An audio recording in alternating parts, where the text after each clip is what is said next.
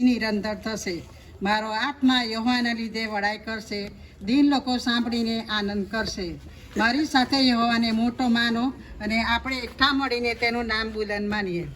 પ્રાર્થના કરીએ.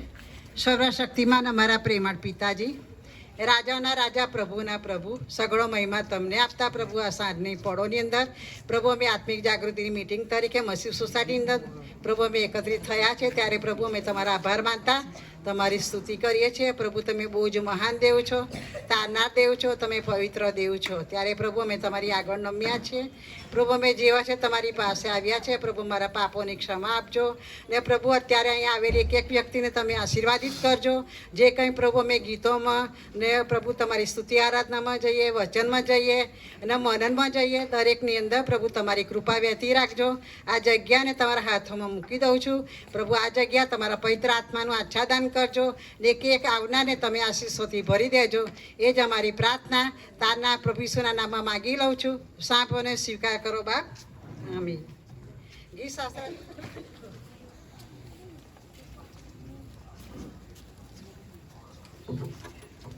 ભારતીની લખેલી સુવાર્તા તેનો 5મો અધ્યાય 13થી 16 કલમ. તમે જગતનું મીઠું છો, પણ જો મીઠું બેસ્વાદ થયું હોય તો તે સાથે ખારું કરાશે. બહાર ફેંકવા તથા માણસના પગ તળે ચૂંદાવા વગર તે બીજા કંઈ કામનું નથી. તમે જગતનું અજવાળું છો. પહાડ પર વસાવેલું નગર સંતાઈ રહી શકતું નથી, અને દીવો કરીને તેને માપ તરે નહીં, પણ દીવી પર મૂકવામાં આવે છે. ત્યારે ઘરમાંના બધાને તે અજવાળું આપે છે. તેમજ તમે તમારું અજવાળું લોકોની આગળ એવું પ્રકાશવા દો કે તેઓ તમારી રૂઢી કરણીઓ જોઈને આકાશમાં તમારા બાપની સ્તુતિ કરે. આમીન.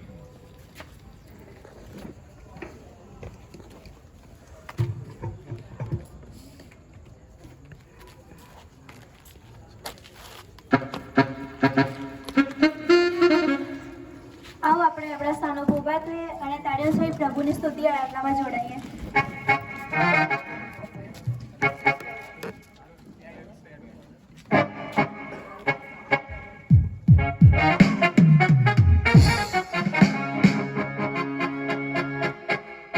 પહેલું સોંગ છે ગાઓ અભી દિલ સે ગાઓ. આપણે તાળીઓ સહિત પ્રભુની સ્તુતિ આરાધના કરીએ અને જેમ દાઉદ પ્રભુની સ્તુતિ આરાધનામાં મગ્ન થઈ ગયેલો એમ આપણે પણ પ્રભુની સ્તુતિ આરાધનામાં મગ્ન થઈ જઈએ.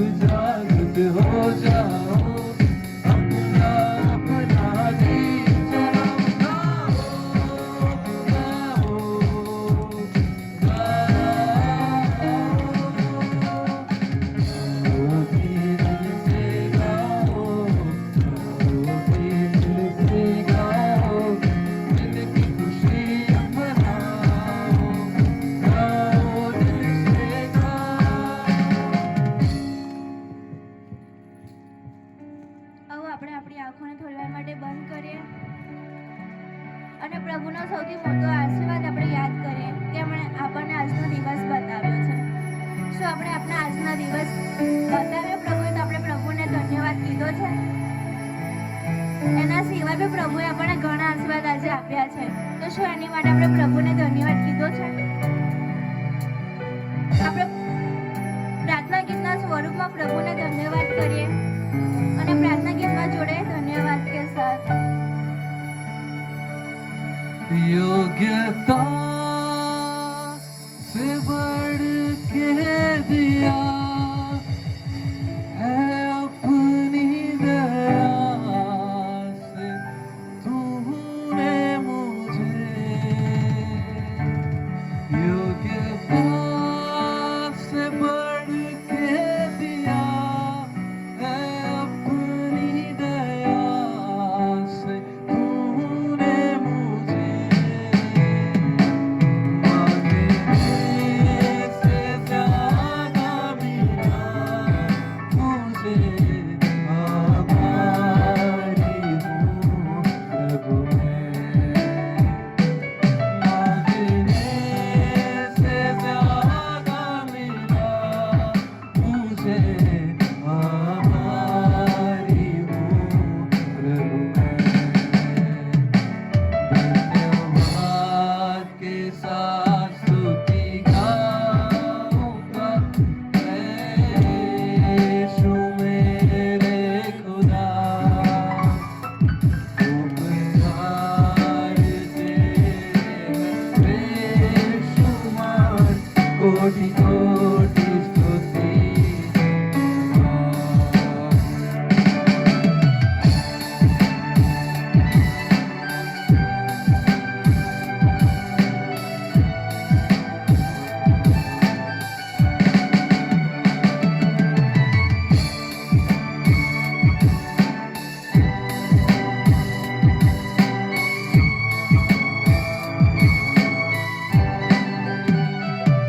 तू है सच्चा जिंदा खुदा है तुझ पर ही भरोसा मेरा तू है सच्चा जिंदा खुदा है तुझ पर ही भरोसा मेरा सेवा पूरी करके पाऊंगी ना प्रभु ऐसा दो मरना सेवा पूरी करके पाऊंगी ना प्रभु ऐसा दो मरना धन्यवाद के साथ स्तुति गाऊंगा मैं यीशु मेरे खुदा उपकार तेरे हैं बेशुमार कोटि कोटि स्तुति धन्यवाद कोटि कोटि स्तुति धन्यवाद कोटि कोटि स्तुति धन्यवाद પરમેશ્વર પિતા અમે તમારો આભાર માની રહ્યા છે કે અમે જેટલું બી તમારી પાસે માંગીએ છે એનાથી 100 ગણું 1000 ગણું પરમેશ્વર તમે અમને આપો છો. અમારો માગવાનો સમય ખોટો હોય છે પણ તમારો આપવાનો સમય પરમેશ્વર પિતા તમે જાણો છો કે કયા સમયે અમને ક્યારે શું આપવું તે તમે બહુ સારી રીતે જાણો છો પરમેશ્વર પિતા અને તે અમને તમે પૂરું પાડ્યું છે પરમેશ્વર તે માટે અમે તમારો આભાર માનીએ છીએ. આ જીવનને માટે અમે તમારો આભાર માનીએ છીએ પરમેશ્વર પિતા.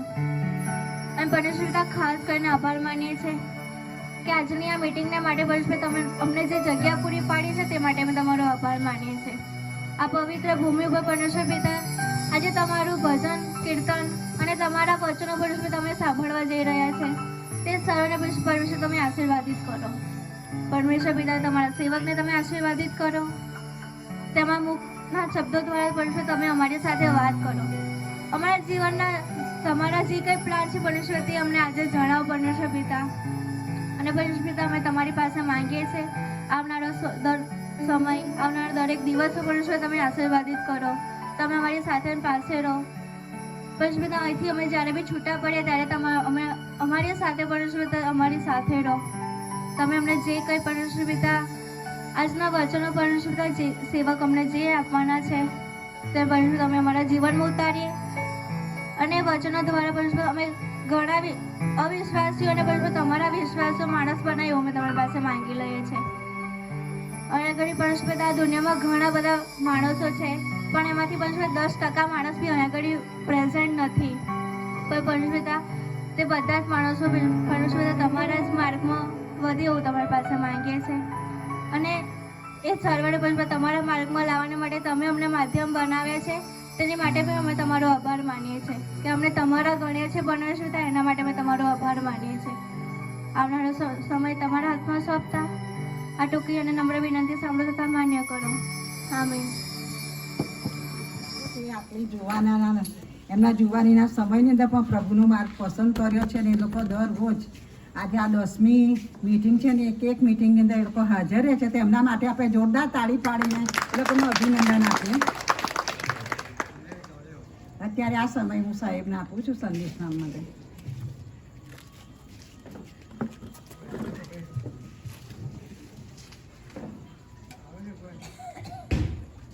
હાલેલુયા. સૌથી પહેલાં ઈશ્વર પિતાનો આપણે આભાર માનીએ છીએ, પ્રભુની સ્તુતિ કરીએ છીએ કે આ એક સુંદર સમય, લેન્ડ સિઝન, આત્મિક જાગૃતિ માસ અને આ મિટિંગો આપણા મંડળીમાં આપણા જીવનમાં પ્રભુએ આપી. અને વિશેષ તો આ જે દુઃખ સપ્તાહ પહેલાંના 40 દિવસો એ આત્મિક ખોજ અથવા ઈશ્વરની નજીક જવું, આખા વર્ષ દરમિયાન આપણા જીવનમાં જે સ્થિતિ છે, પ્રશ્નો છે, જે પ્રકારે આપણે ચાલ્યા છે એ બધી જ પરિસ્થિતિઓમાં ઈશ્વરને મહિમા આપવો અને વધારે આપણા જીવનનો પ્રાયશ્ચિત કરીને પ્રભુના આશીર્વાદો પ્રાપ્ત કરવા. અને એવો એક સુંદર સમય પ્રભુની કૃપામાં આપણને મળ્યો અને પ્રભુએ આપ્યો છે ને તેથી ઈશ્વર પિતાનો આપણે આભાર માનીએ છીએ. અને વિશેષ આ લેન્ડ સિઝનની મિટિંગ આજે આ વિસ્તાર એટલે આજે સોસાયટી મસ્જિદ સોસાયટી અને મસ્જિદ સોસાયટીમાં કારભારી શ્રીમતી કોકિલાબેનની આગેવાનીમાં આ એક સુંદર મિટિંગનું આયોજન થયું છે અને મિટિંગમાં તમે બધા આવ્યા છો. બહુ આનંદ થાય છે તમને બધાને નિહાળ જોઈને. ખરેખર બહુ મોટી સંખ્યામાં તમે બધા છો અને તેથી તમારા બધાનો પ્રભુ ઈસુના નામમાં હું આવકાર કરું છું અને આભાર પણ માનું છું. અને કોકિલાબેનનો હું આવકાર કરું છું, તેમનો આભાર માનું છું કારણ કે તેમણે આ બધી વ્યવસ્થા કરી છે. આ બધી વ્યવસ્થાના તેમણે આગેવાની લઈને અત્યારે મિટિંગ પણ તેઓ લીડ કરી રહ્યા છે. અને વિશેષ તો તેમનો એટલા માટે આભાર માનીશ કે કારભારી તરીકેની બહુ અદ્ભુત સેવાઓ તેઓ દ્વારા થઈ રહી છે. તેઓ જે કામો કરે છે જે આભાર માનવાને યોગ્ય છે. એટલા માટે કે દરેક કુટુંબમાં જવું, દરેક ઘરોમાં જઈને બેસવું, તેમની પાસે જઈને પ્રાર્થના કરવી અને દાનો મેળવવા એ ખરેખર બહુ મુશ્કેલ, અઘરું અને તકલીફવાળું કામ પણ એવું મોટું કામ તેમના દ્વારા અજાયબ રીતે થઈ રહ્યું છે. અને એટલા માટે મસ્જિદ સોસાયટીની આજુબાજુ જે સોસાયટીના પરિવારો છે એ જ્યાં જ્યાં જાય છે ત્યાં બધી જગ્યાએ તેમની હાજરી, તેમની મુલાકાતો એ પ્રભુએ આશીર્વાદિત કરી છે. તેમની અદ્ભુત સેવાઓ પ્રભુએ આશીર્વાદિત બનાવી છે અને અત્યારે દેખાય છે તમે બધા આવ્યા છો તે. અને તેથી આપણે કારભારીબેન કોકિલાબેનનો આભાર માનીએ છીએ. તેઓનું સન્માન પણ આપણે કરીશું. અને હરીશભાઈ આપણા સેક્રેટરી, તેઓને વિનંતી કરીશ હરીશભાઈને તેઓ પેન આપીને તેમનું સન્માન કરશે. અને આપણા કારભારીબેનને આપણે આવકારતા જોરદાર તાળીઓ પાડીશું.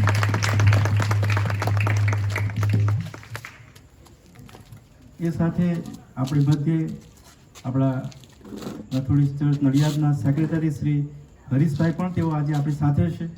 તેમની હાજરીથી આનંદ થાય છે અને આપણી મિટિંગમાં તેઓ આજે હાજર છે તેથી તેઓનો આવકાર કરીએ છીએ અને તેમની હાજરીની નોંધ લેતા તેમનો આભાર માનીએ છીએ. અને આપણા નાણાં સમિતિ, કારભારી અને નાણાં સમિતિના પ્રમુખ શ્રી કાંતિભાઈ, જેઓ નિયમિત આપણી સાથે મિટિંગમાં રહ્યા છે હાજર. અત્યાર સુધી 9 મિટિંગો થઈ, આજે 10મી મિટિંગ. અત્યાર સુધીની બધી મિટિંગોમાં તેઓ હાજર રહ્યા છે અને તેમની હાજરી એ ખરેખર બહુ આશીર્વાદિત છે. તેમની હાજરીના કારણે આપણી મિટિંગો સરસ લાગે છે. તેઓની આગેવાનીમાં લેન્ડ સિઝનની મિટિંગો થઈ રહી છે અને તેથી આપણા એ નાણાં અને કારભારીપણાના સમિતિના પ્રમુખ શ્રી કાંતિભાઈનો આપણે આભાર માનીએ છીએ, આવકાર કરીએ છીએ. અને એ ઉપરાંત આપણી નડિયાદ ડિસ્ટ્રિક્ટ મહિલા મંડળના સેક્રેટરી શ્રીમતી સવિતાબેન પણ આપણી મધ્ય આજે ઉપસ્થિત છે. પ્રમુખ બેન, તેઓનો પણ આપણે આવકાર કરીએ છીએ, તેઓનો આભાર માનીએ છીએ. અને એ બેન આપણી મિટિંગમાં છે ને તેથી ઈશ્વર પિતાનો પણ આપણે આભાર માનીએ છીએ. અને સ્થાનિક મહિલા મંડળના પ્રમુખ શ્રીમતી વિજયાબેન પણ આપણી સાથે છે. તેઓ પણ નિયમિત આપણી આ મિટિંગોમાં હાજર રહેશે અને તેમની હાજરીને માટે તેમનો આભાર માનીએ છીએ, આવકાર કરીએ છીએ. એ ઉપરાંત તમે જે પાસ્ટેટ કમિટીના સભાસદો, ઘણા બધા કેટલાક સભાસદો હાજર છો. વર્ષાબેન નિયમિત આવે છે અને અશ્વિનભાઈ છે અને આશીષભાઈ છે, બીજા ઘણા બોનીભાઈ જેઓ આ વિસ્તારમાં છે, આ સોસાયટીમાં છે. તમે જે પાસ્ટેટ કમિટીના સભાસદો છો, તમારા બધાનો પ્રભુ ઈશ્વરના નામમાં પાલક તરીકે આવકાર કરીએ છીએ, આભાર માનીએ છીએ. કારભારી ભાઈઓ પણ ઘણા બધા કારભારી ભાઈઓ બહેનો અત્યારે હાજર છો.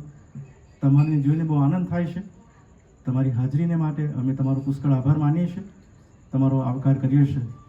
એમવાયએફના જવાનોનો તો પુષ્કળ આભાર માનીએ, કારણ કે નિયમિત તેઓ આવે છે, ઇન્સ્ટ્રુમેન્ટ લઈને આવે છે, ઇન્સ્ટ્રુમેન્ટ તેઓ ગોઠવે છે, એ બધી વ્યવસ્થા તે કરે છે, સુંદર ગીતો ગાય છે, સ્તુતિ આરાધના તેઓ ધોરણો આપે છે. અને આપણે જાણીએ છીએ તે છોકરીઓ જેઓ અભ્યાસ કરે છે, સર્વિસ કરે છે, તેમનો સમય સાચવીને તે લોકો આપણી મધ્ય રહે છે, આવે છે અને સુંદર સ્તુતિ આરાધનાને માટે આપણે એમવાયએફના જવાનોનો પણ પુષ્કળ આભાર માનીએ છીએ. અને આ સ્થાનિક મસ્જિદ સોસાયટીના રહીશો, પરિવારો, તમે જે બધા અહીંયા હાજર છો, તમને બધાને જોઈને બહુ આનંદ થાય છે. અને તમે બધા આવ્યા છો ત્યારે તમારી હાજરીની નોંધ લેતા તમારા બધાનો આવકાર કરવામાં આવે છે. આપણા મુખ્ય પાલક સાહેબ સાયમન બ્રેનર સાહેબને મળ્યું અને તેમને ઘણું બધું સારું થઈ રહ્યું છે.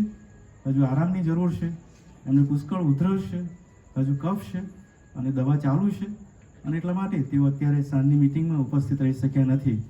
અને તેઓએ અને બેને જ્યોત્સનાબેન બંને આપણ બધાને શુભેચ્છા પાઠવી છે, સલામી પાઠવી છે, એ તમે જાણશો. અને આપણે જે અલગ અલગ વિષયો આપણને આપવામાં આવ્યા છે લેન્ડ સિઝનના આ મિટિંગોના, અને એ મિટિંગોના અનુસંધાનમાં જે વિષયો આપણે જોઈએ છે, ગિરી પ્રવચનમાંથી જોઈએ છે. અત્યાર સુધી આપણે ધન્ય વચનોમાં હતા અને 9મી મિટિંગમાં આપણે જે પ્રભુ ઈસુએ જે રૂપક આપ્યું, તમે જગતનું મીઠું છો, તેમાં આપણે પાર્ક સ્ટ્રીટમાં હતા.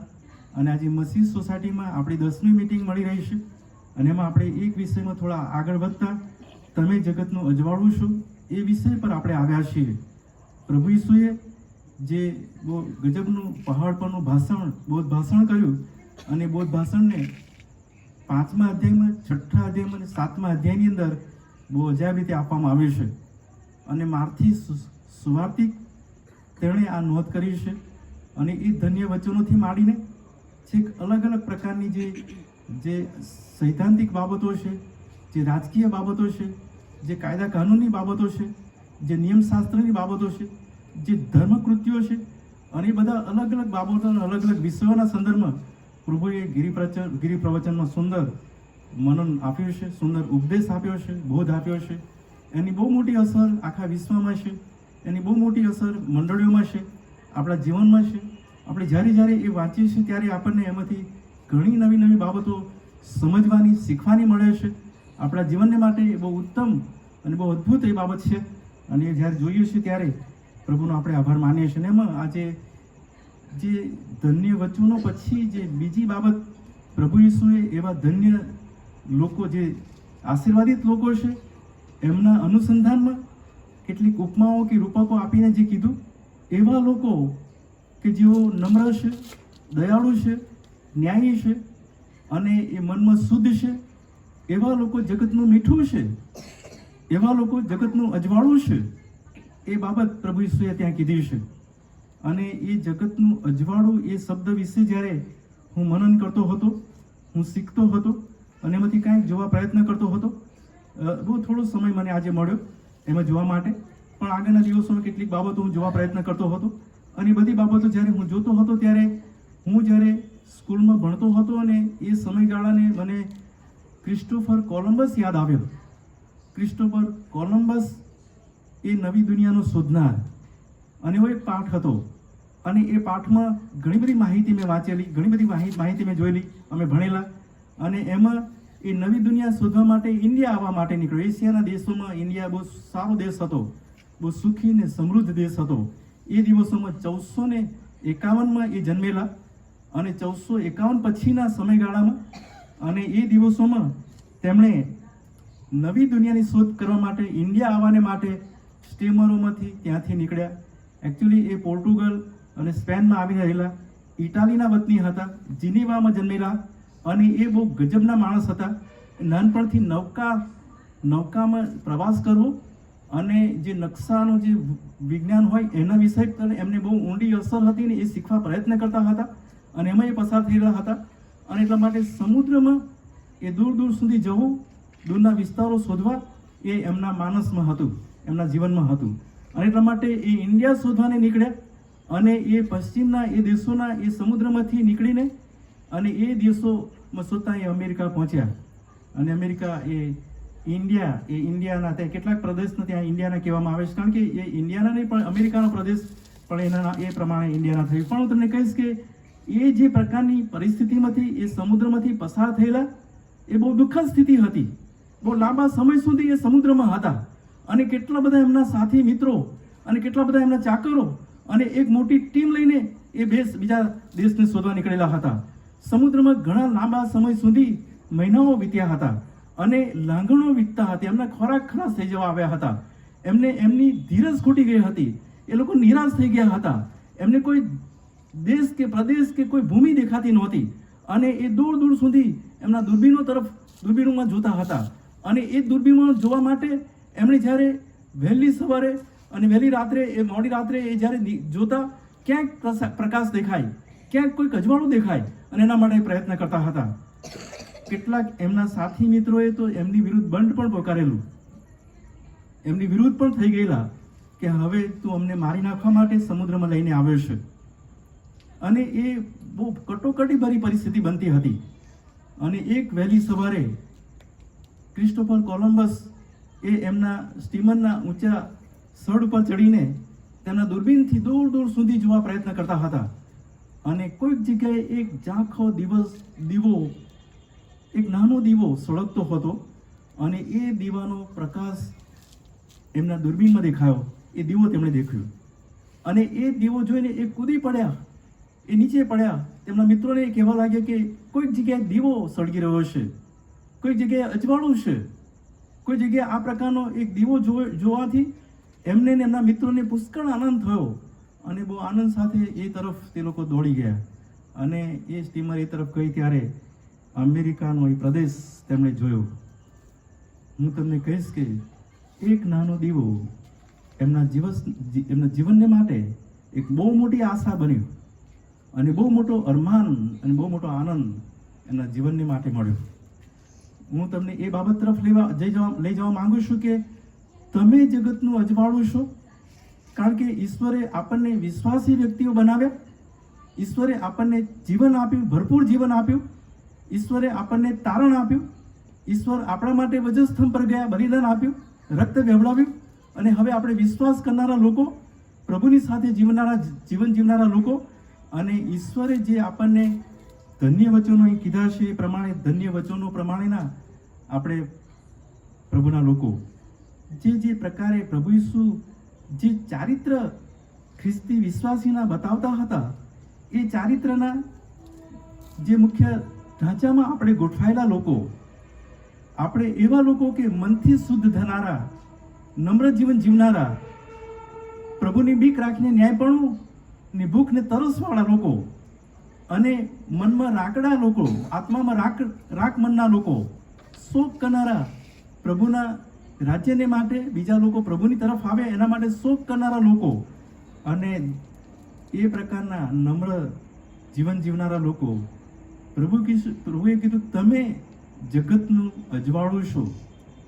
તમારું અજવાળું બીજા લોકો જુએ અને એ લોકો જીવન અજવાળું પામે, એ લોકો પ્રભુની પાસે આવે. અને એટલા માટે તમે જો અહીંયા કેટલી ગજબની બાબત લખી છે અજવાળા વિશે, ત્યાં લખવામાં આવી છે તે પ્રમાણે તમે જગતનું અજવાળું છો અને પહાડ પર વસાવેલું નગર સંતાઈ રહી શકતું નથી. અને જેમ દીવો કરીને તેને માપ તળે નહીં પણ દીવી પર મૂકવામાં આવે છે ત્યારે ઘરમાંના બધાને તે અજવાળું આપે છે. અને એ બાબત ત્યાં લખવામાં આવી છે. એનો અર્થ એ કે કે અજવાળું હંમેશા અંધારાને દૂર કરી દેશે. એક નાનો પ્રકાશ એ આજુબાજુ એની જે ક્ષમતા છે, એની અજવાળાની જે ક્ષમતા છે, એટલા અજવાળાને ત્યાં પાથરે છે, એટલી જગ્યાને તે અજવાળાથી ભરી દેશે. અને એ જે પ્રકાશ વધે એમ એની જે ક્ષમતા વધતી જાય, એનો પ્રકાશ વધતો જાય, અને જ્યાં જ્યાં અંધકાર છે ત્યાં બધી જગ્યાએ અજવાળું પથરાતું જાય. અને એ અજવાળું એટલું બધું પથરાતું જાય કે એના કારણે ઘણી બધી જગ્યાઓ દેખાય, ઘણી બધી નાની નાની બાબતો જોઈ શકાય. અને એ નાની બાબતોથી જોવાથી આપણને એ સમજ પડે કે આ પ્રકારનો આ પ્રદેશ છે, આ પ્રકારના આ વ્યક્તિઓ છે, આ પ્રકારની આ ભાષા છે, આ પ્રકારની પરિસ્થિતિ છે, આ પ્રકારની ચિત્ર છે. અને એ અજવાળું આગળ આગળ વધે તેમ આપણે વધારે ને વધારે ઈશ્વરના લોક તરીકે પ્રકાશિત થઈએ. એ પહાડ પર વસાવેલું નગર, યાની કે પહાડ પર જે નગર હોય છે એ બહુ દૂર દૂર સુધી દેખાય, અને ઘણા બધા અંતર સુધી ખબર પડે કે આ એક સુંદર, આ એક પહાડ પરનું નગર છે. અને એવું નગર, એવા લોકો, એવા વિશ્વાસીઓ કે જે દીવો છે, અજવાળું છે, પ્રકાશ છે, અને એને જોઈને લોકો ઈશ્વર તરફ આવે. અને એટલા માટે ત્યાં લખવામાં આવ્યું તે પ્રમાણે તમે જગતનું અજવાળું છો. એ ઉપમા આપણને આપવામાં આવી, આપણ સર્વને આપવામાં આવી. આપણે જેઓ પ્રભુને ઓળખીએ છીએ તેઓને આપણે આ દુનિયામાં, જગતમાં ખ્રિસ્તી વ્યક્તિઓ તરીકે અજવાળું છીએ. પણ હું પાર્ક સ્ટ્રીટમાં જે બાબત કહી રહ્યો હતો, તમે જગતનું મીઠું છો. ચપટી મીઠું એ બધા જ ખોરાકને સ્વાદિષ્ટ બનાવે છે, પણ અજવાળું એનાથી થોડું વધારે થાય છે. ફક્ત ચપટી લોકો એ આજુબાજુના લોકો સાથેના સંબંધને સંસ્કૃતિ ઘડે છે, સામાજિક જે વ્યવસ્થાઓ છે એને બનાવે છે.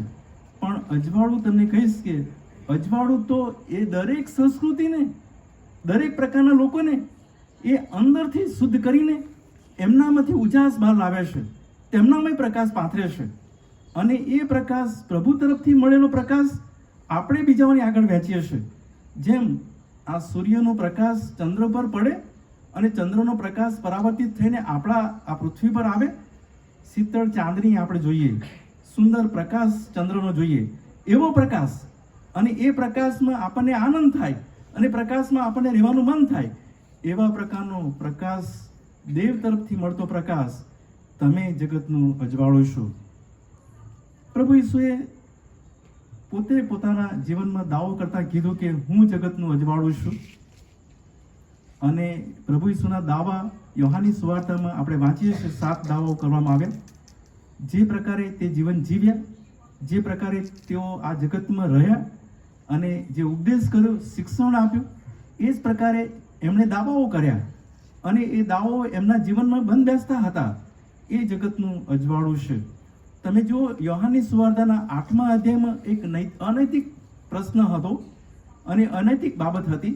અને અનૈતિક બાબતના સંદર્ભમાં પેલા ફરોશી લોકો, શાસ્ત્રી લોકો અને કેટલા બધા આગેવાન લોકો, એવા લોકો એક સ્ત્રીને પકડીને પ્રભુ ઈસુની પાસે ન્યાય કરવા માટે દોડી આવેલા. અને એ લોકોને પ્રભુ સમજ આપતા હતા અને એ લોકોને કહેતા હતા કે જો તમારામાં કોઈ પાપી છે, જો તમે કોઈ પ્રકારનું પાપ કર્યું ના હોય એવા લોકો તો અહીંયા છો. એવો કોઈ વ્યક્તિ નહોતો. બધા લોકોએ પાપ કરેલું હતું અને બધા દેવના મહિમાથી અધૂરા હતા. કારણ કે માણસ, બધા જ આખા જગત, દુનિયાના બધા જ લોકો પાપી છે. આદમના મૂળ પાપમાં આપણે પાપી થયેલા છીએ અને એટલા માટે કોઈ પવિત્ર નહોતું. પ્રભુ ઈસુ એ બાબત ત્યાં નોંધતા હતા અને જણાવતા હતા અને કહેતા હતા કે જો તમારામાં જો કોઈને પાપ કર્યું ના હોય એ પહેલો પથ્થર મારે. અને જણાવવા માટે પ્રભુ ઈસુએ કાંઈ ભોંય પર લખ્યું, જમીન પર લખ્યું. એ વાંચ્યા પછી એક ત્યાંથી બધા નીકળી ગયા. ઘરડા નીકળી ગયા, વડીલો, એ ત્યાં લખ્યું છે. ઘરડાઓ પણ ત્યાંથી ચાલ્યા ગયા. એ શબ્દ ત્યાં સ્પષ્ટ લખ્યો છે. હું તમને એટલા માટે કહીશ કે પ્રભુ ઈસુ એ જણાવવા માંગતા હતા કે નૈતિક જીવન શું છે, સાચું જીવન શું છે. પ્રભુ એ બાબત જણાવવા માંગતા હતા. જો આટલા બધા લોકો, જે લોકો પાપી છે અને તેને પાપી ઠરાવતા હતા, એ લોકોએ કોણે તને દોષ દીધો નહીં, તો હું પણ તને દોષ દેતો નથી. એટલા મહાન નમ્ર પ્રભુ હતા કે એ સ્વચ્છ હતા, શુદ્ધ હતા, અજવાળાથી ભરેલા હતા અને નૈતિક જીવન એમનું હતું, અદ્ભુત જીવન હતું. એવા ઈશ્વર એ પેલી સ્ત્રીને માફ કરે છે અને કહેશે કે હું જગતનું અજવાળું છું. એ તમે એ 8મા અધ્યાયની 12મી કલમમાં તમે વાંચો ત્યાં એ દાવો કરતાં કીધું કે હું જગતનું અજવાળું છું. હવે એ અજવાળું જે લોકો પામે છે, એ અજવાળામાં જે લોકો આવે છે, એ બધા જગતનું અજવાળું બની જાય છે. એ બધા નાના નાના દીવા બની જાય છે. આકાશ તરફ આપણે રાત્રે નિહાળીએ છીએ અને જે તારામંડળને જોઈએ છે, અલગ અલગ ચમકતા તારા જોઈને આપણા મન ખુશ થાય છે. અને એ ચમકતા તારાને જે પ્રકાશ આપે છે, રાત્રિ દરમિયાન જો તમે બહાર એકાંતમાં અરણ્યમાં જાઓ, ખેતરોમાં જાઓ, તો તમને એ તારાના પ્રકાશની સમજ પડે. હું નાનો હતો અને હું જે ગામડામાં મોટો થયો અને ખેતરોમાં અમે રાત્રે જતા અને ખેતરોમાં રાતવાસો રોકાતા. મને યાદ છે કે જ્યારે ડાંગરો કાપવામાં આવે ત્યારે અમે રાત્રે જતા, હું મારા પપ્પા, અને ત્યાં ખેતરોમાં સૂઈ રહેતા. આજુબાજુ ઘણા બધા ખેતરો હોય, ત્યાં પણ એ લોકો ખેડૂતો ત્યાં રાત્રે સૂતા. અને એ સમયે જ્યારે રાત્રે એ ડાંગરના પરાળ નીચે ગોદડીઓ નાખીને જ્યારે સૂતા, ત્યારે આકાશ તરફ દ્રષ્ટિ કરીએ ત્યારે એ ટમટમતા તારાઓ જોવાને મન થાય. એમાં અલગ અલગ સપ્તર્ષિ ને મૃગશીર્ષ ને બધી બાબતો જોઈને બહુ નવાઈ લાગે, બહુ આનંદ થાય. એ ચમકતા ઝીણા ઝીણા નાના નાના તારા એ દર્શાવી રહ્યા હતા કે તમે પણ જગતના એક નાના નાના દીવા, પૃથક પૃથક નાના નાના દીવા છો, જે તમે પ્રકાશી રહ્યા છો અને ઘણા બધા લોકોને પ્રકાશ આપી રહ્યા છો. એટલા માટે કે આપણે જગતનું અજવાળું છીએ, ઈશ્વર તરફથી અજવાળું પામ્યા છીએ અને એ અજવાળું આપણે બીજાઓને પાથરી રહ્યા છે. અને પ્રભુ આપણને એટલા માટે એ ઉપમા આપીને કીધું, તમે જગતનું અજવાળું છો. અહીં એક બાબત લખવામાં આવી છે 15મી કલમમાં, અને ત્યાં એ બાબત લખવામાં આવી તે પ્રમાણે, અને દીવો કરીને તેને માપતળે નહીં પણ દીવી પર મૂકવામાં આવે છે, ત્યારે તે ઘરમાંના બધાને તે અજવાળું આપે છે.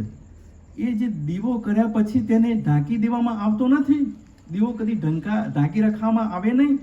દીવાને ઢાંકી દઈએ તો ખોલવાઈ જાય, એને જે બહારનું વાતાવરણ કે બહારનું ઓક્સિજન મળે નહીં અને એ ઓટોમેટિક બુઝાઈ જાય. અને એ જે દીવો સળગ્યો છે, એ દીવાને ઢાંકવામાં આવે તો ઓટોમેટિક એ મરી જાય છે, તો બુઝાઈ જાય છે, નાશ થઈ જાય છે. હું તમને કહીશ કે આપણે જ્યારે દીવો પ્રગટ્યો છે, આપણા આત્મામાં ઈશ્વરનો સાચો પ્રેમ, સાચી સમજ અને સાચો આત્મા ઈશ્વરે આપણને આપ્યો છે, તેમાં આવ્યા છીએ, ત્યારે હવે એને ઢાંકી શકતા નથી. એને પ્રકાશમાં દેવાની જરૂર છે, એને બીજી દીવી પર મૂકવાની જરૂર છે. એટલા માટે કે એ બધાને પ્રકાશ આપે, એ બધા નિહાળે, અને એ જરૂરનું છે.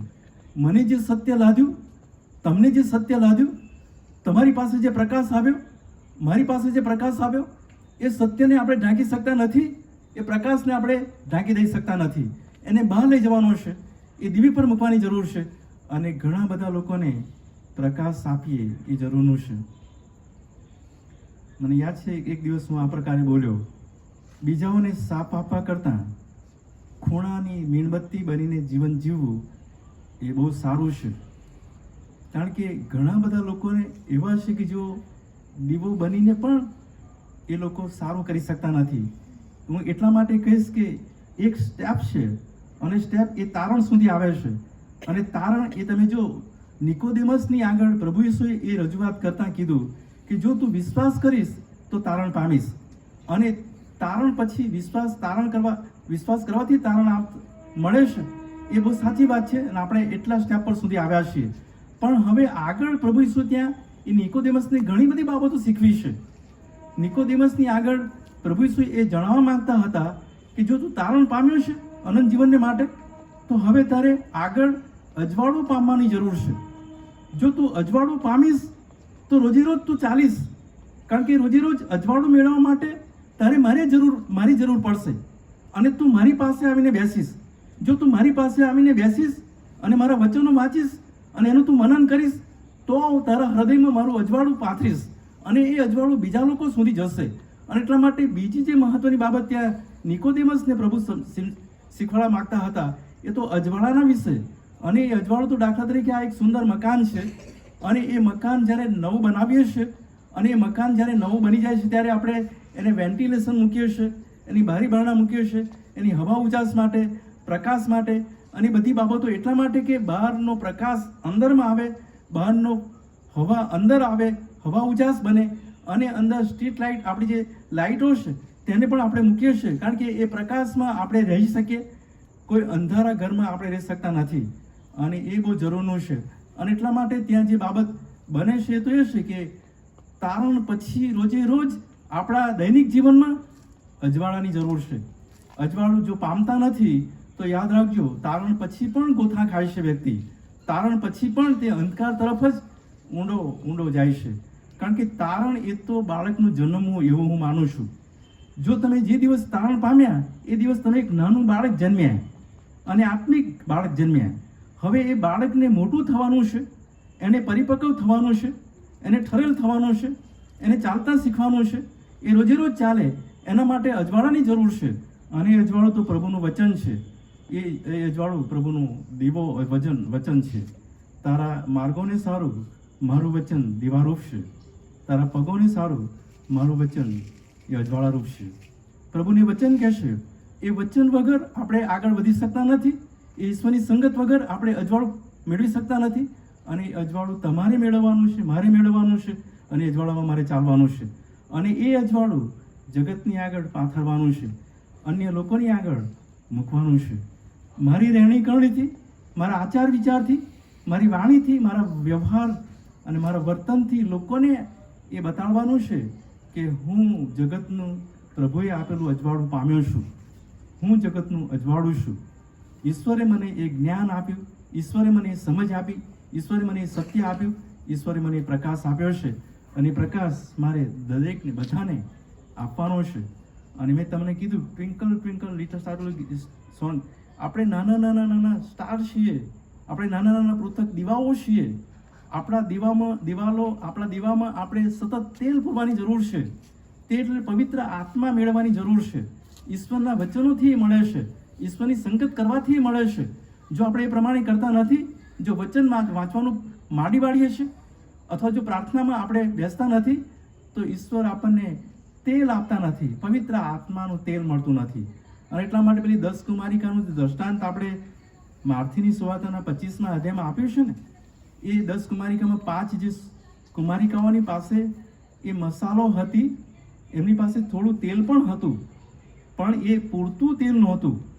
અને એ પૂરતું તેલ નહીં હોવાના કારણે એનો અર્થ એવો થયો કે એ ઈશ્વરની સંગત કરવા કોશિશ કરતા હતા, સંગતમાં જતા હતા, વચનો વાંચતા હતા, પણ પૂરેપૂરો સમય આપતા નહોતા, પૂરેપૂરો ઈશ્વરની સાથે સંગત કરતા નહોતા. અને સંગત નહીં કરવાના કારણે, પૂરતી સંગત નહીં કરવાના કારણે પૂરતું તેલ એમની પાસે આવતું નહોતું. પવિત્ર આત્મા અને ઈશ્વરનો આત્મા તેમની પાસે આવતો નહોતો અને એમાં એ પ્રકાશિત થતા નહોતા. અને એટલા માટે એ મસાલો બુઝાઈ ગઈ. અને એ ઈશ્વર એ સમય જ્યારે આવ્યા ત્યારે એ બુઝાઈ ગયેલી તેલ મસાલો કે જે લોકો એ અનંત જીવનના ભાગીદાર બની શક્યા નહીં. આપણે જાણીએ છીએ કે બારી દરવાજા બંધ કરી દેવામાં આવ્યા, વરરાજાએ આવીને ચાલ્યા ગયા અને એ લોકો રહી ગયા. આપણે જગતનું અજવાળું છીએ.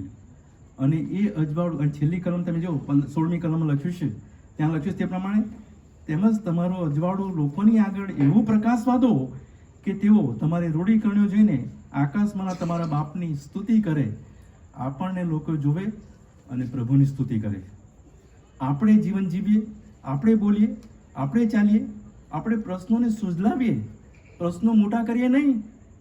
જ્યાં મુશ્કેલીઓ ઊભી થઈ છે ત્યાં આપણે જઈને ઊભા રહીએ અને લોકોને જે સારું છે, જે યોગ્ય છે, સમાધાનકારી બાબતો છે એવું કરીએ, એવું પ્રભુ આપણને જણાવે છે. અને જે કંઈ પ્રકારની મુસીબત તકલીફો છે એવી જગ્યાએ જ્યાં માફી માંગવાની છે ત્યાં માફી માંગીએ, માફી આપવાની છે ત્યાં માફી આપીએ. જો એવું કરીશું તો આપણે નાના પૃથક દીવાઓ તરીકે અજવાળું પાથરીશું. પ્રભુનો પ્રેમ, પ્રભુની દયા અને પ્રભુનું સત્ય આપણે એવા લોકોની આગળ લઈ જઈશું. એ લોકો જોઈને પ્રભુનો મહિમા પ્રગટ કરશે અને એ લોકો એવું ઈચ્છે છે કે એમની પાસેથી મને કંઈક મળશે. એ લોકોને એવી આશા છે અને એ આશા તેમની ઠગારી નીવડે નહીં. હું કહીશ કે નાના પાપ જે માણસના આત્મિક શરીરને નષ્ટ કરી નાખે છે અને એના કારણે બહુ મોટા પાપમાં એ વ્યક્તિ જાય છે અને ખ્રિસ્તી વિશ્વાસી વ્યક્તિ અંધકારમાં ચાલ્યો જાય છે. એનું મૂળ કારણ એ છે કે ઈર્ષા, અદેખાઈ, ખટપટ એવી નાની બાબતો એ મગજના વિચારોમાં આવે, આંખોની દ્રષ્ટિથી બને અને એ પ્રકારની પરિસ્થિતિમાં મોટા પાપ થઈ જાય છે અને પછી અંધકારમાં આપણે ગોથા ખાઈએ છીએ. સાચો ખ્રિસ્તી વિશ્વાસી વ્યક્તિ પણ અંધકારમાં ગોથા ખાય છે, કારણ કે સંગતનો અભાવ, ઈશ્વર સાથેનો સંબંધનો અભાવ અને ઈશ્વર તરફથી મળતો પ્રકાશ તે પામવાનો એ બહુ મોટો અભાવ થાય છે. અને એ જે સ્થિતિ બને છે એ બહુ દુઃખદ સ્થિતિ બને છે. યાત્રાકારી નામનું પુસ્તક. કોઈક વ્યક્તિએ કીધું છે કે યાત્રાકારી એ પુસ્તક વર્ષમાં દરેક ખ્રિસ્તીએ ઓછામાં ઓછું 2 વાર વાંચવું જોઈએ. 2 વાર તો ઠીક, પણ આપણે 1 વાર વાંચવું જોઈએ. અને યાત્રાકારી પુસ્તક, જ્હોન બન્યનનું એ પુસ્તક, એમણે જેલમાં લખેલું એ પુસ્તક, એ પુષ્કળ મોટે પાયે આખા વિશ્વમાં ફેલાઈ ગયું અને બહુ જ બધા જ દેશોની અંદર ને બધા જ અલગ અલગ સંસ્કૃતિ કે ભાષાઓની અંદર એ પુસ્તક ગયું. અને એ યાત્રાકારી પુસ્તક હું ઘણીવાર વાંચું છું. અને યાત્રાકારી પુસ્તકમાં ત્યાં જે લખવામાં આવ્યું છે, ખ્રિસ્તી વ્યક્તિ જ્યારે દોડ્યો, ખ્રિસ્તી વ્યક્તિ એને ખબર પડી કે આ નાસના નગરમાં હું છું અને નાસના નગરમાંથી મારે અહીંથી નીકળી જવાનું છે અને મને પ્રભુ જે બાબત બતાવે છે એ તરફ મારે દોડવાનું છે. અને એટલા માટે એને પ્રકાશ દેખાયો, એ પ્રકાશ તરફ એ દોડ્યો. એના શરીર પર બહુ મોટો બોજ હતો અને બોજ તો પાપનો બોજ હતો અને પાપના બોજને લઈને દોડી શકતો નહોતો. એ પરસેવેથી રેબઝેબ થઈ ગયેલો હતો, એ થાકી જતો હતો, એ નિરાશ થઈ જતો હતો અને પોકારતો હતો અને રડતો હતો. અને એ પોકારતા પ્રભુએ તેના પાપ માફ કર્યા. એ વજસ્તંભ ટેકરી સુધી પહોંચ્યો અને એના શરીર પરનો જે બોજ છે, પાપનો બોજ, એ પડી ગયો અને એને હળવાશ અનુભવાઈ. એની નિરાશા ચાલી ગઈ, એ આનંદમાં આવી ગયો. એ નાચતો કૂદતો એ આગળ ને આગળ ચાલ્યો. અને તમે વાંચો એ પુસ્તકમાં, એ યાત્રાકારી પુસ્તકમાં એ લેખકે એ ગજબની બાબતો લખી છે. જેમ જેમ તે આગળ વધતો હતો, ઈશ્વરના વચનોમાં આગળ વધતો હતો, જેમ જેમ એ પ્રકાશ મેળવવા પ્રયત્ન કરતો હતો, એમ શૈતાન અલગ અલગ પ્રકારે એની પાસે આવતો હતો.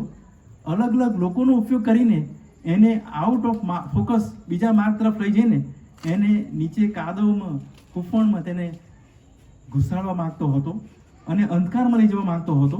અને બધી જ પ્રકારની પરિસ્થિતિમાંથી પસાર થતો એ આગળ ને આગળ ચાલતો હતો અને પ્રભુ તેનો હાથ પકડતા હતા અને પ્રભુ તેને બચાવતા હતા. તમે જેઓ વિશ્વાસી વ્યક્તિઓ છો યાદ રાખો, તમે જેઓ તારણ પામેલા વ્યક્તિઓ છો તમે યાદ રાખો, તમે જો અંધકાર તરફ જાઓ છો તો પ્રભુને પોકારો, પ્રભુને પાસે કબૂલાત કરો. પ્રભુ તમારો લાગલો હાથ પકડીને તમે બહાર કાઢશે. પ્રભુને ખબર છે કે મારો દીકરો કે મારી દીકરી એ આ પરિસ્થિતિમાં છે એટલે પ્રભુ તરત જ તમને બહાર કાઢશે. એટલા માટે યશાયાનું પુસ્તક તેનો 41મો અધ્યાય અને તેની 10મી કલમમાં પ્રભુનું વચન ત્યાં આ પ્રમાણે કહેશે, તું બીસમાં કેમ કે હું તારી સાથે છું, તું આમ તેમ જોઈશમાં કેમ કે હું તારો દેવ છું. મેં તને મારા ન્યાયના જમણા હાથે પકડી લીધો છે.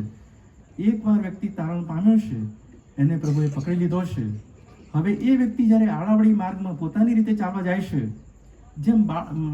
જેમ બાપ પેલા બાળકને લઈને આગળ જાય અને બાળક એ બાપની આંગળી છોડીને અહીં ત્યાં દોડાદોડ કરે અને પછી ભૂલો પડી જાય, તરત એ બૂમ પાડે અને બાપ તરત દોડીને એની પાસે જાય.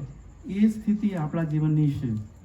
અને એટલા માટે આપણે રોજે રોજ પ્રભુની સંગતમાં ચાલવાનું છે, પ્રભુનો પ્રકાશ મેળવવાનો છે અને એ જગતનું અજવાળું તમારે ને મારે બનવાનું છે.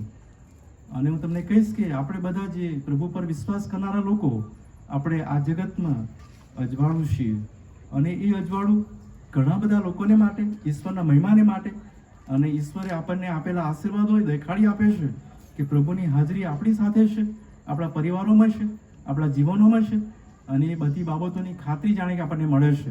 અને એટલા માટે હવે આપણે એ અજવાળું બીજા લોકોને આપવાની જરૂર છે, કારણ કે આપણે જગતનું અજવાળું છીએ.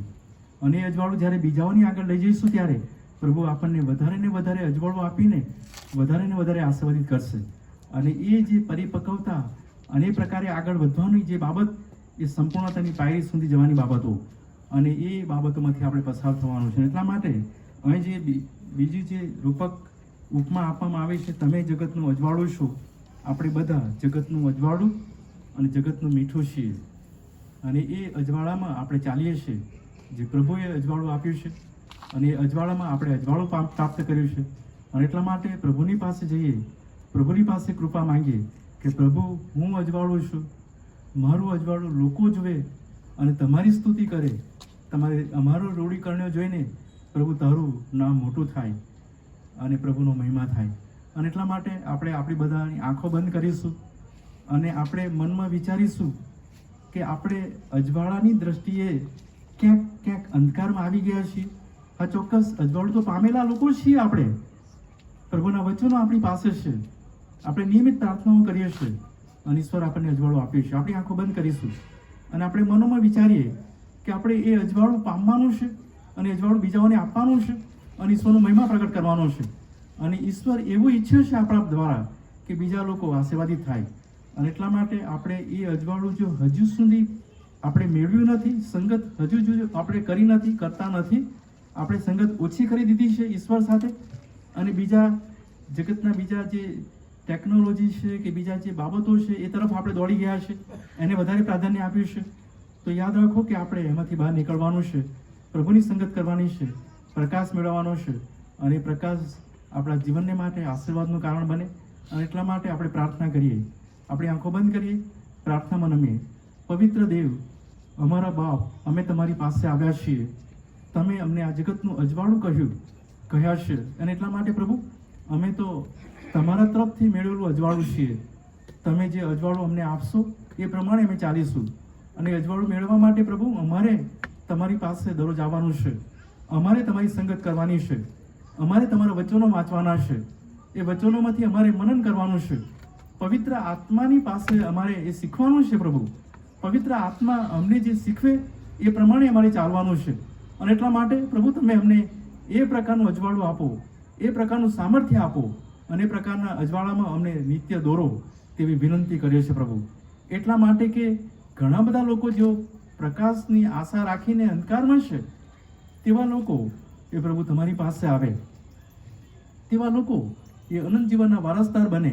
અને એટલા માટે પ્રભુ અમારા જીવનનું ચારિત્ર તમે બનો, અમારા જીવનનો પ્રકાશ તમે બનો અને એ પ્રકાશ તમારા મહિમાનું કારણ બનાવો, આશીર્વાદોનું કારણ બનાવો તેવી અમારી પ્રાર્થના વિનંતી છે. અહીંયા બેઠેલા પ્રભુ તમારા દીકરા દીકરીઓના જીવનો તમે જાણો છો, તેમના હૃદયો તમે જાણો છો, તેમના મનોમાં જે વિચારો છે તેને પ્રભુ તમે જાણો છો, તમે દરેકને સમજો છો પ્રભુ, કારણ કે તમે માણસને માહિતી જાણો છો. અને એટલા માટે પ્રભુ અમે તમારી પાસે કૃપા માંગીએ છીએ કે તમામ તમારા દીકરા દીકરીઓના જીવનોને તમે બાંધો, તેમના વિશ્વાસને મજબૂત કરો, તેમના હૃદયમાં જે તમારો પ્રકાશ છે તે પ્રકાશ વધારે ને વધારે તેઓ પામે, તમારા રાજ્યને માટે વધારે ઉપયોગી બને, સમાજને માટે, મંડળીને માટે ઉપયોગી બને અને જ્યાં જ્યાં તકલીફો છે, પ્રશ્નો છે ત્યાં તેમના દ્વારા અજવાળું લોકો પામે તેવી કૃપા પ્રભુ તમે થવા દો.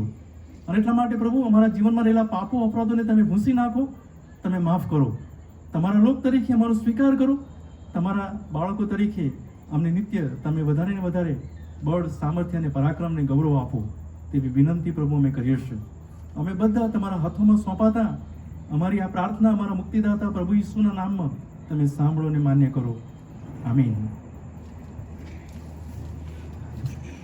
આકાશમાં અમારા બાપ એ પ્રાર્થના આપણે બધા સાથે સાથે બોલીશું. છેલ્લો આશીર્વચન કરવામાં આવશે. ઓ આકાશમાં અમારા બાપ, તમારું નામ પવિત્ર મનાવો, તમારું રાજ્ય આવે, જેમ આકાશમાં તેમ પૃથ્વી પર તમારી ઈચ્છા પૂરી થાવ. દિવસની મારી રોટલી આજ અમને આપો, જેમ અમે મારા ઋણને માફ કર્યા છે તેમ તમે મારા ઋણને માફ કરો. અમને પરીક્ષામાં ન લાવો, પુનાઈથી અમારો છૂટકો કરો, કેમ કે રાજ્ય તથા પરાક્રમ તથા મહિમા સર્વકાળ સુધી તમારા છે. આમીન. અને હવે આપણા તારનાર પ્રભુ ઈસુ ખ્રિસ્તની કૃપા, ઈશ્વર પિતાનો પ્રેમ, પવિત્ર આત્માની મીઠી મધુરી દિવ્ય અને અનુપમ સંગત આપણી સાથે અને આપણા પરિવારોની સાથે અને આપણી મંડળીની સાથે હમણાંથી લઈને સદા સર્વકાળ સુધી હોજો. આમીન.